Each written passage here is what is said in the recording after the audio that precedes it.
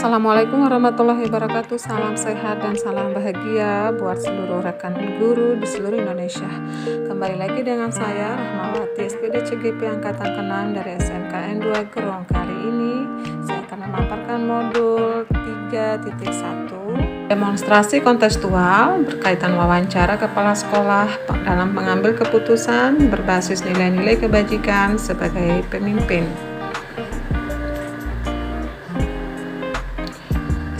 Ini mengandung tujuan guru penggerak mampu memahami dan melakukan analisis terhadap kasus-kasus yang diambil keputusan oleh Bapak Kepala Sekolah tersebut. Pertama, kepala sekolah yang saya wawancarai adalah sekolah asal saya, SMKN 2 Gerung, Lombok Barat, bersama Bapak Insinyur Haji Kamran.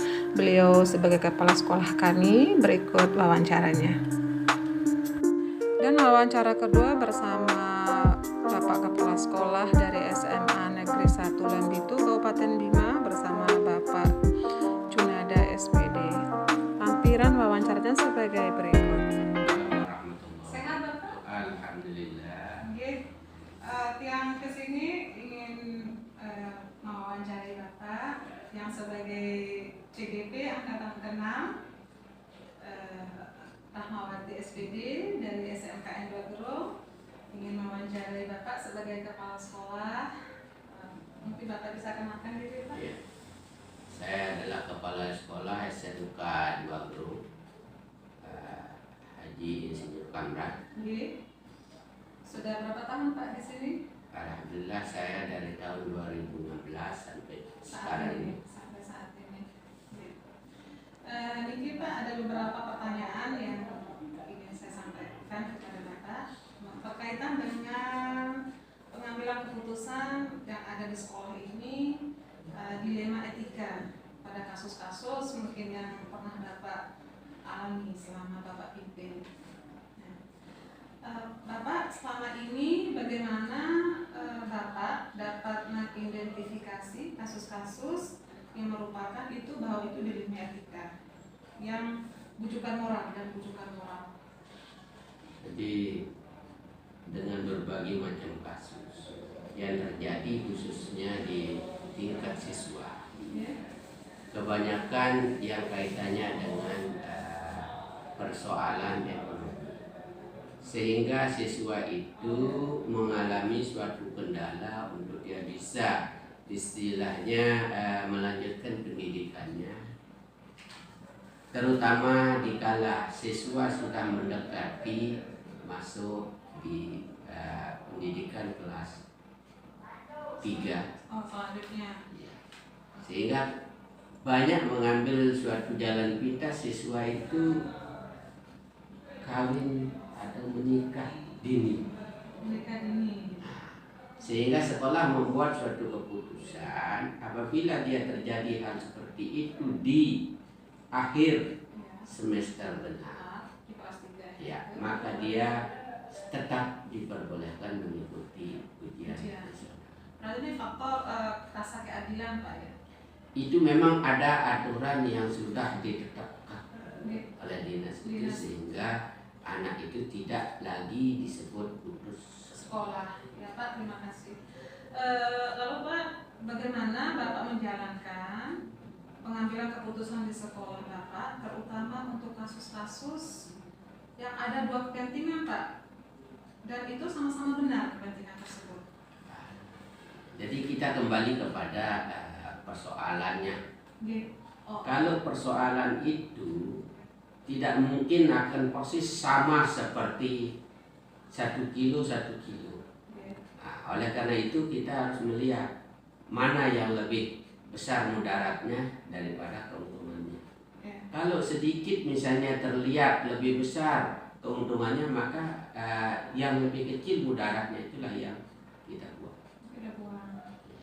Untuk menjaga tadi Pak yang lebih banyak. Untuk menjaga lebih banyak keuntungan kebaikannya tadi, ya Pak. Pertanyaan berikutnya Pak, Bapak kan punya langkah-langkah dan prosedur. Nah, seperti apa yang Bapak lakukan selama ini Pak dalam menangani kasus-kasus itu? Jadi yang pertama kita mengadakan sosialisasi tentang pelaturan yang ada di SMK 2 Gerung. Yang berikut, kita senantiasa istilahnya mendatangkan dari pihak wali murid apa sih sebenarnya yang terjadi di rumahnya dulu, sehingga dia berdampak sampai di sekolah.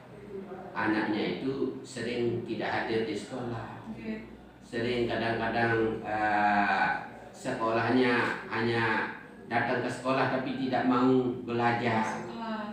Sehingga kita tahu persis dulu persoalannya. Oleh karena itu pihak sekolah kerjasama dengan guru BP, dan guru BP selalu mengadakan jalinan kerjasama dengan pihak wali murid atau orang tua siswa. Berarti ada kolaborasi dari kedua belah pihak. Tidak apa-apa Pak ya, masih nanya nih. Ya. Lalu hal apa saja Pak yang selama ini Bapak anggap yang lebih efektif dalam pengambilan keputusan tersebut? Jadi yang lebih efektif di dalam pengambilan keputusan itu adalah sering kita memberikan peringatan-peringatan terhadap anak di dalam pembinaan setiap hari misalnya, bahkan setiap minggu pada saat-saat upacara bendera.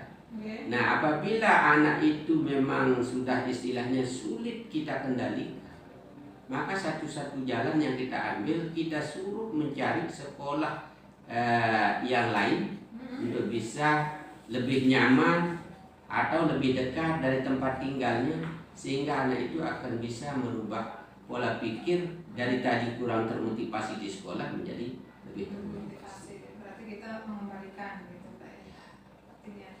Ya, jadi Bapak tadi kan berarti ada sebelum dikembalikan atau milih sekolah lain kan sudah ada tahapan tadi Pak ya? Tahapan. Hariannya, mingguannya, dan dari kunjungan hari kelas dan guru BK-nya dan segala persoalan yang betul. kita anggap menjadi masalah. Itu keputusan akhirnya yang tadi. Iya. Ya. Lalu Pak, apakah Bapak memiliki sebuah tata cara atau jadwal tertentu dalam menangani kasus pengambilan kesimpulan ini? Misalnya ada kasus, apakah Bapak menangani langsung atau tunggu dijadwalkan dulu? Jadi kita itu memiliki tim. Oh ya, tim.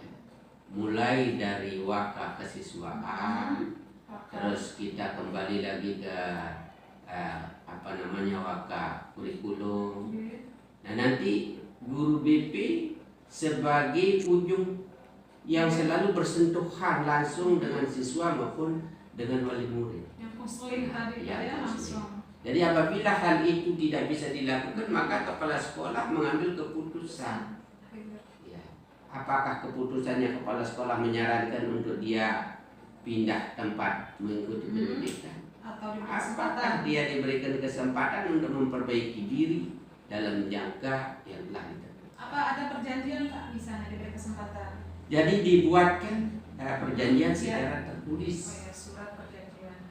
Apabila misalnya dia tidak mentaati tata tertib aturan yang ada di SMK 2 Gerung ini, maka dia dengan sangat terpaksa dikembalikan ke orang tua dan dia diingatkan untuk melanjutkan ke sekolah lain. Ya, Pak. Baik, Pak.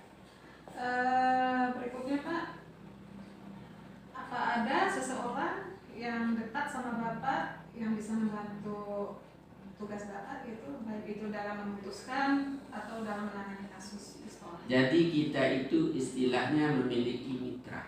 Oh, jadi mitra Pak ya? Mitra kita itu mulai dari tim keamanan. Yaitu adanya dari Babin, dari tim yang lainnya. Mitra dari luar sekolah? Dari luar sekolah. Nah, itu yang diajak kerjasama dengan tim yang ada di sekolah. Sehingga terjadinya dari pihak sekolah memberikan informasi di masyarakat itu akan sama nanti dengan yang dari pembinaan di masyarakat oleh pihak aparat yang berwenang. Jadi Bapak ada koordinasi. Jadi punya koordinasi khusus tentang di bidang pendidikan itu, sehingga kepala sekolah itu tidak asal mengambil keputusan sepihak. Jadi tahu persis kondisi di lingkungannya, ya, terutama lingkungan keluarga anak tersebut. tantangannya Bapak nih selama mengambil keputusan itu Pak yang ada di mana ini? Nah, yang pernah terjadi istilahnya permasalahan-permasalahan yang timbul di sekolah, kebanyakan orang tua kurang respon. Iya, betul Pak. Sehingga kita itu jika mengambil keputusan untuk mengeluarkan atau memindahkan anak, sering terjadi istilahnya miskomunikasi antara pihak sekolah dengan pihak masyarakat atau orang tua siswa. Nah, itu yang sering terjadi sehingga kita selaku pihak yang yang memberikan pendidikan baik secara formal maupun non formal, ya, satu-satu jalan harus kita duduk bersama. Jadi pernah terjadi beberapa kali di sekolah ini, nah, setelah kita undang orang tuanya duduk kembali, alhamdulillah istilahnya dari dua belah pihak ini kadang-kadang ada hal-hal yang pihak sekolah itu secara sedikit emosi mengambil suatu keputusan sehingga terjadilah perubahan kembali di tengah perjalanan pada saat penyelesaian masalah. Ya Pak, sepakat Pak. Berarti kan kita setiap ada masalah ada musyawarah lah, ada kedua pihak agar tidak kesalahpahaman.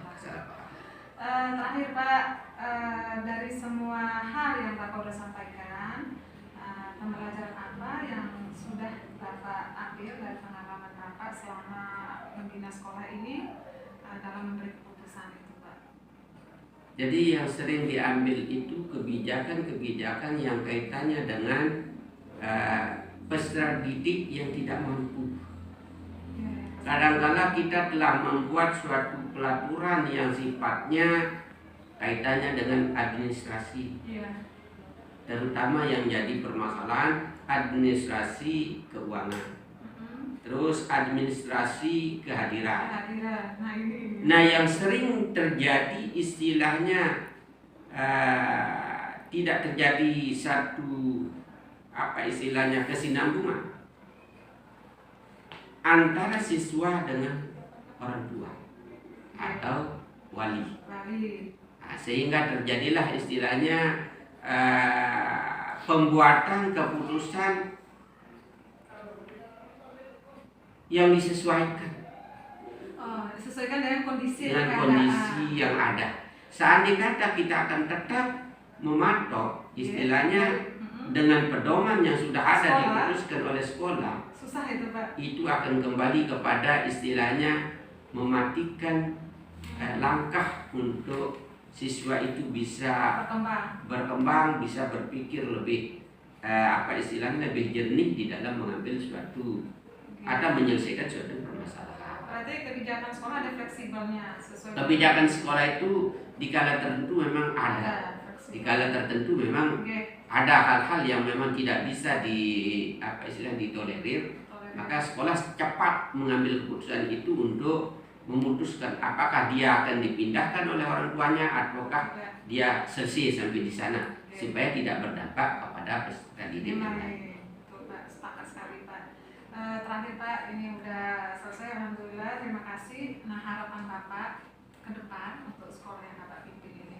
Jadi harapan ke depan khususnya untuk SMK 2 Gerung ini memiliki istilahnya hasil didikan atau tamatan itu menjadi tamatan yang memiliki kompetensi yang betul-betul dapat bersaing ke depan, terutama di situasi seperti sekarang ini yang mana tatap muka hampir 2 tahun itu tidak berjalan normal. Dan alhamdulillah sekarang sudah bisa dikategorikan normal kembali. Jadi harapan kita semua di warga sekolah ya, untuk bagaimana kita mengaktifkan diri dan mengaktifkan peserta didik untuk mencapai suatu tujuan menjadi peserta didik yang cerdas, yang memiliki kompetensi untuk bersaing dengan peserta didik yang lain. Barangkali itu yang lebih. Ya Pak, terima kasih banyak Pak atas waktunya. Terima kasih. Ya, saya Rahmawati, SPD dari CGT Angkatan Darat Sukadugalung bersama dengan Bapak Kepala Sekolah Pak Insinyur Haji Kamran. Terima kasih. Assalamualaikum warahmatullahi wabarakatuh. Waalaikumsalam warahmatullahi wabarakatuh. Ya. Assalamualaikum Bapak Junada, Bapak kepala sekolah dari betul Pak, dari SMA Negeri 1 Lembitu, Kabupaten Bima Pak, bisa memperkenalkan dirinya lagi? Iya, nama saya Muhammad Junada SPD, Kepala SMA N1 Lembitu, Kabupaten Bima. Oh iya, saya juga kenalkan diri Pak, saya Rahmawati, SPD CGP angkatan ke-6 dari SMKN 2 Gerong. Nah Bapak, Lombok Barat. Ya Lombok Barat. Minta waktunya sebentar. Mau interview sedikit tentang pengambilan keputusan. Nah ini Ya, 8 pertanyaan Bapak Kepala Sekolah. Ya, Semoga berkenan untuk menjawabnya. selalu. Ya, Pak, selama ini bagaimana Anda dapat mengidentifikasi kasus-kasus yang merupakan dilema etika atau bujukan moral yang ada di sekolah Bapak yang Bapak pimpin? Iya. Kalau di sekolah saya, karena sekolah saya adalah tipe C, sekolah yang jumlah siswanya sedikit, saya mengidentifikasi kasus itu setelah saya melihat di lapangan langsung. Jadi saya tidak bisa merencanakan. Artinya, experience is a good teacher. Ya, lewat pengalaman-pengalaman itu, walaupun saya berasal dari sekolah besar, setelah pindah ke sekolah itu beda permasalahannya. Saya identifikasi setelah ada kejadian ini, dan saya melakukan dan melaksanakannya sendiri. Jadi saya tidak menanyakan kepada guru, wakasek, justru saya menanyakan kepada siswa, lihat keadaan di masyarakat, baru saya identifikasi masalah itu. Seperti masalah keterlambatan, masalah banyak maaf, mungkin ada beberapa guru yang jarang masuk, termasuk akhir-akhir ini ada pernikahan dini. Pernikahan dini? Nah, Iya, pernikahan. Selama saya sudah 1,5 tahun di sini. Baru di ujung di akhir ini baru ada masalah seperti itu. Yang sebelum saya katanya lumayan kasus itu. Jadi saya tidak bertanya awalnya ada begini-begini, tapi pada saat saya langsung ketemu pada saat ini, baru saya carikan solusinya gitu. Jadi tidak bisa dari awal, karena beda permasalahannya, ya. Iya. Berarti salah satu dilema tadi Pak termasuk guru terlambat datang, dan yang paling parah itu pernikahan dini ya?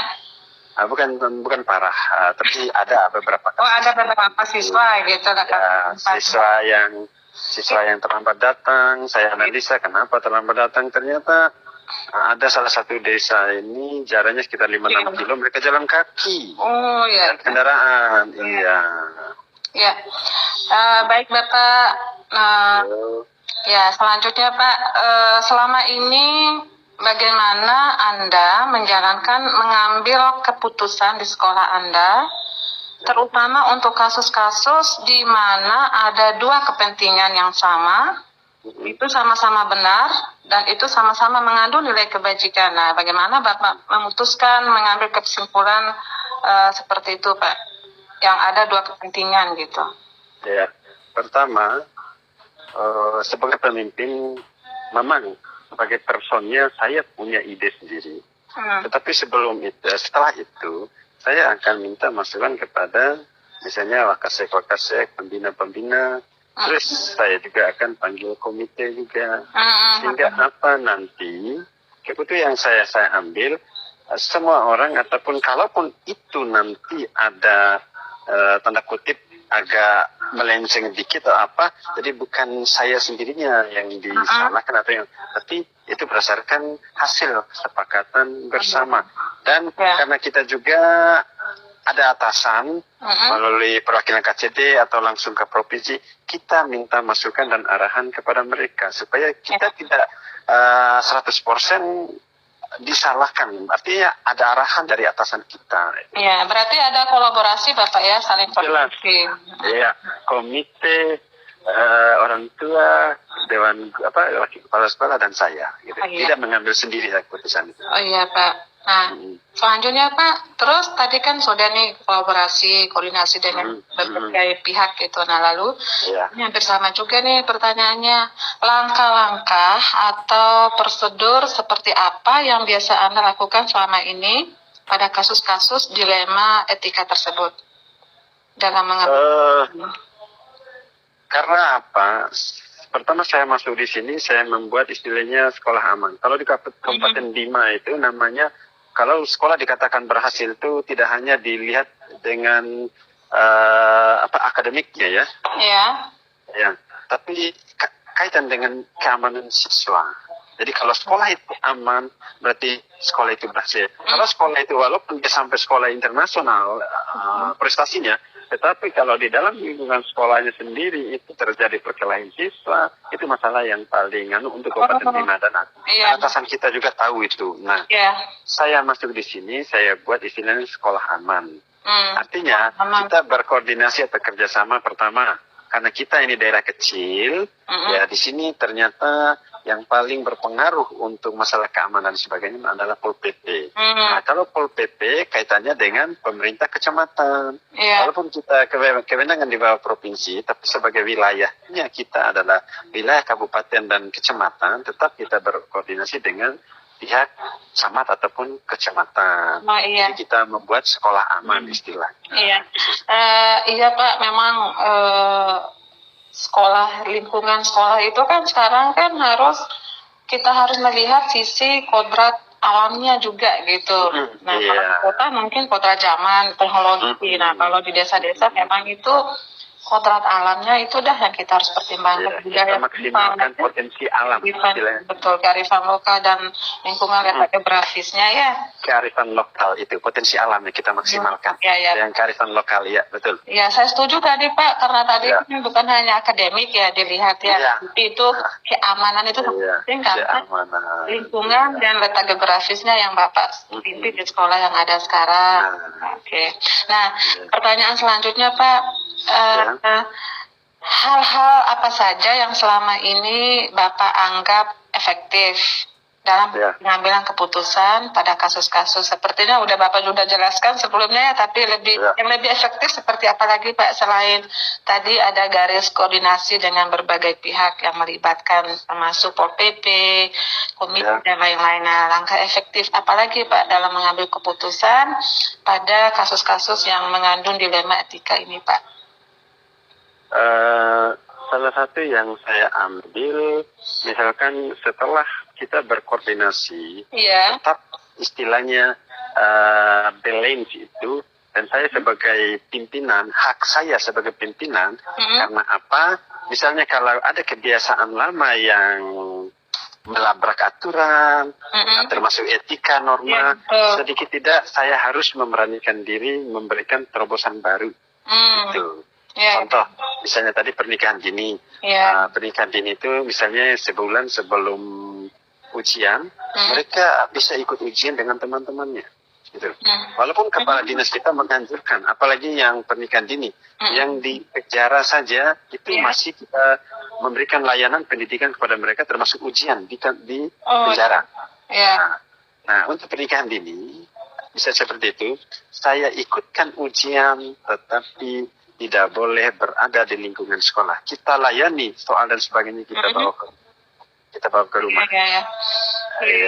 Sangat bagus sekali Pak. Berarti Bapak ini sudah pembelajaran dan pelayanannya sudah berpihak pada murid Bapak. Jelas, karena kita melayani. Oh iya, bagus sekali Pak. Itu salah satu program Merdeka Belajar karena kita berpihak pada murid Pak. Pertanyaan berikutnya Bapak, apakah Anda memiliki sebuah tata atau jadwal tertentu dalam sebuah penyelesaian kasus dilema etika? Dan apakah Anda langsung menyelesaikan di tempat atau memiliki sebuah jadwal untuk menyelesaikannya. Lalu bentuk dan prosedur seperti apa yang Bapak jalankan gitu. Nah, yang poin pertanyaan kan Pak, Bapak punya jadwal sendiri ketika ada masalah atau langsung Bapak selesaikan gitu, atau nanti diatur lagi seperti itu Pak? Ya, kalau saya karena sekolahnya kecil, siswanya sedikit, jadi kebiasaan saya adalah menyelesaikan permasalahan itu spontanitas. Karena beda dengan sekolah di bawah. Kalau di sekolah di bawah akan merembet. Setelah selesaikan siswa, orang tua siswa, ternyata dengan ada media, ada LSM. Kalau di sini cukup dengan siswa, bahkan hampir saya 1,5 tahun ini tidak ada campur tangan orang tua. Setelah kami memanggil, misalnya teman atau tim sekolah aman tadi dari Pol PP, mereka langsung anggap itu udah selesai. Gitu. Jadi spontanitas karena tidak ada terlalu permasalahan yang besar yang saya. Berarti kalau Pak ya?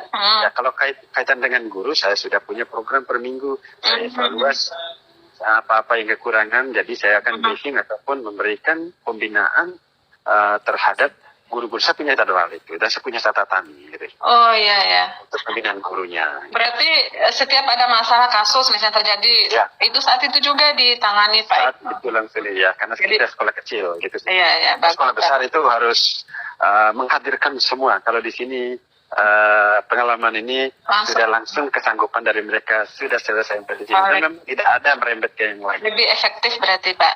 Iya. Terus apa tantangannya Bapak dalam pengambilan keputusan selama ini? Tantangan buat Bapak gitu? Alhamdulillah, kalau tantangannya adalah masalah misalnya kalau untuk kaitan dengan siswa hampir tidak ada. Tapi ada masalah keterlambatan. Misalnya kita jam 7:30 masuk, saya katakan, ada yang datang sampai jam 8. Saya razia ataupun menyambut mereka di pintu gerbang bahwa untuk esok-esoknya tidak boleh datang jam 8. Tetapi kenyataannya karena kita berada di puncak, kalau di bawah sudah terang, di atasnya masih gelap. Tantangannya karena masalah transportasi, mereka harus jalan kaki. Setelah subuh mereka sudah berangkat, bayangkan 6 kilo. Jadi hati dan perasaan harus main lagi di situ. Mau menegakkan aturan nggak bisa. Gitu. Berarti itu artinya Bapak melanggar aturan demi kebajikan karena melihat tadi ya jarak tempuhnya. Gratis dan sebagainya. Kalau saya tegakkan aturan, anak sekolah akan kabur, tidak ada sekolah Ibu. Ya berarti itu ada ininya, ada pengecualian ya Pak ya.